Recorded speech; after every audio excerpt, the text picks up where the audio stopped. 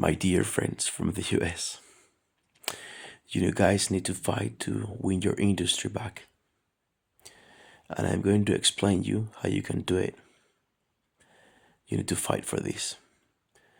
And I really want the US to be back again, the lighthouse of freedom, with a coin, a dollar, supported by an index of 33 assets that I think would be would agree with the Hayek's ideals of how a coin should be supported in the free market. 33 assets such as gold, silver, platinum, titanium, and other strategical assets such as uranium or oil, natural gas, whatever, even wheat.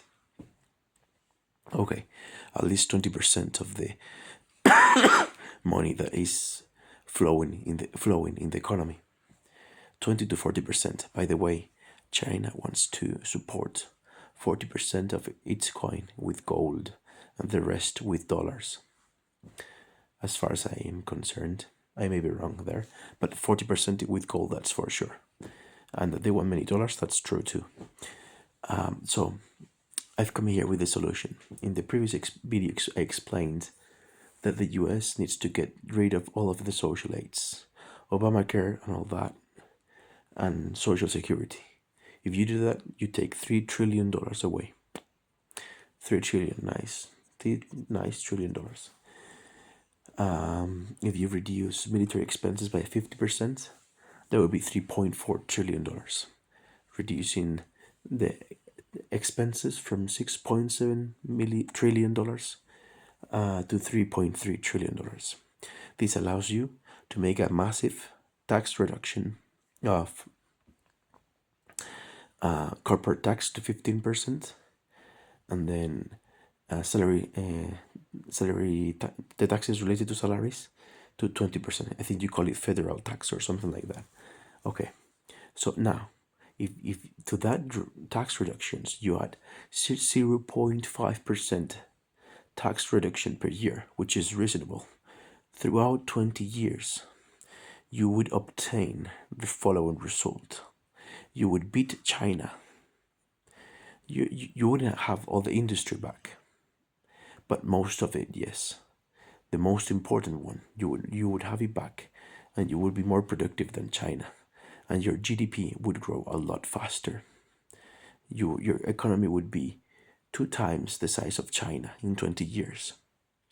So let's look at the numbers. If you do this by year 20, the taxes on salaries would be 10%, and corporate taxes would be 5%. This would set the US as one of the greatest or most competitive and productive jurisdictions in the world, in the developed world, without being a fiscal paradise.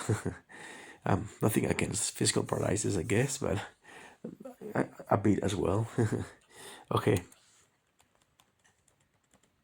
So you would have your industry back, a lot of foreign investments, and a lot of automation. Is that how you say it? And most of the US capital would go back.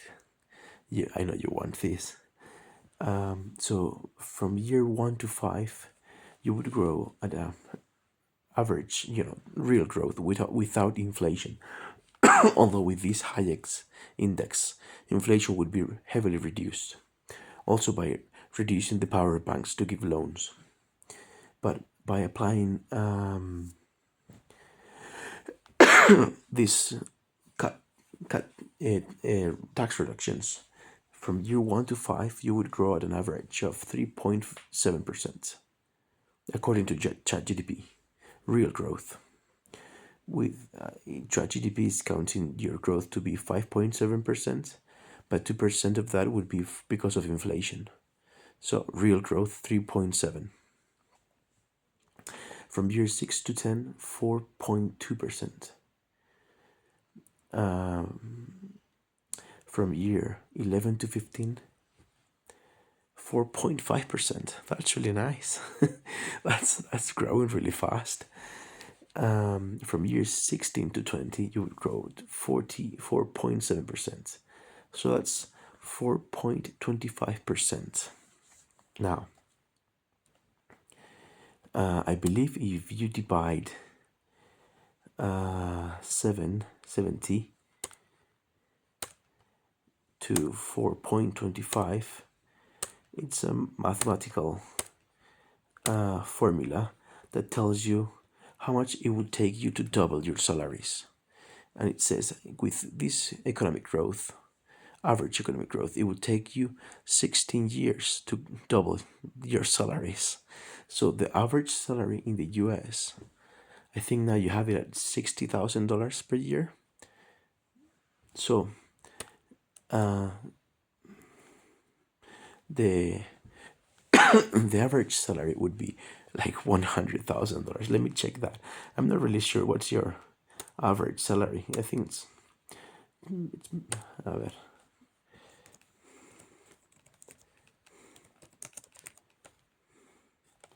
Average salary in the US. Oh, annual average.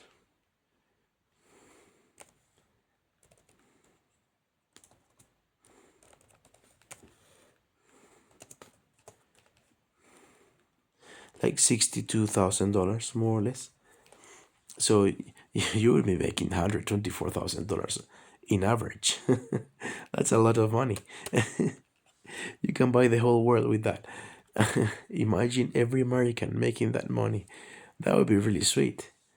So, as a result of this constant growth, you would have a GDP growth of 130% in 20 years. Your GDP would go to 27 to 62, 65 trillion dollars. Compared to China, China would be by this point $30 trillion. The American industry, which is now 11% of the GDP, would now be, after 20 years, 18 to 20%. China is 27% now, and it's going down to 22, 24%. India is 15% now, and in 20 years it's going to be 17 to 19%. If you add to this an aim of having big families, you're gonna beat China. You're gonna do it. There's no need of going to war. China's population is getting old. Okay. So you would have, now you have 13 million employments related to this field, the industry. You would add 7 to 9 new employments in this regard. China is 105 million now. It's going to go down to 80 to 90 million. I guess it's having some automation or automation. I don't know how you say that word. And India is from 60 million to 85, 95 million. So your industry would be 11 to 13 trillion of the GDP after 20 years. Of those 62 to 65 trillion dollars, 11 to 13 would be the industry. China 14 to 16, India 6 to 8. The US would not outstand the China in the amount of manufacturing or industry, but it would be more productive, it would be more technologically advanced, and it would have better salaries for its workers because of greater productivity. So what sectors of the industry would go back?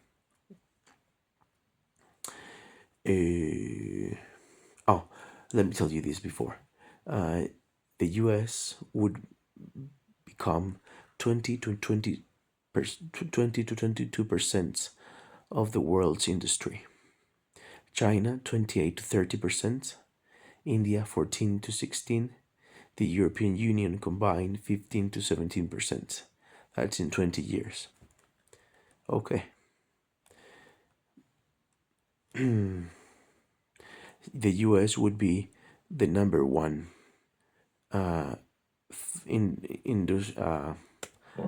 industrial powerhouse. Is that how you say it? Would be the number one industry in the world. That's what you want, right? China is still the one with greatest amount of industry, but it loses a strategic advantage.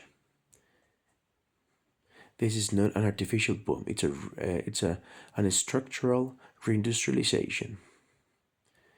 India grows a lot, but it does not reach America's productivity. Okay, returns massively. Semiconductors, advanced machinery, robotics, fine chemicals, advanced metallurgy, defense, pharmaceuticals, energy. We've got here nuclear, LNG, and the batteries. Does not return textiles, manual assembly, very low margin goods industry. Um,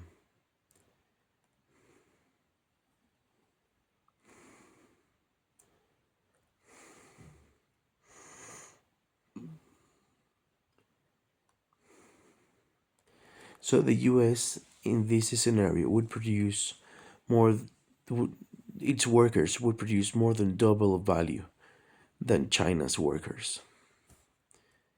Um, and the return of capital, I think this is would be around 14 to 17%.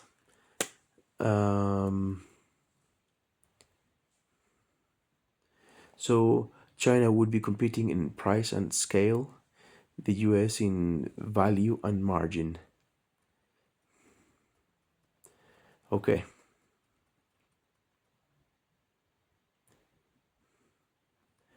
China would still be the factory of the world, with India growing there, but the US would be the most profitable company of the world. uh, the US does not only reach China in industrial capacity, but it outstands or outperforms China in economic rentability, efficiency, and value creation, despite China producing more goods.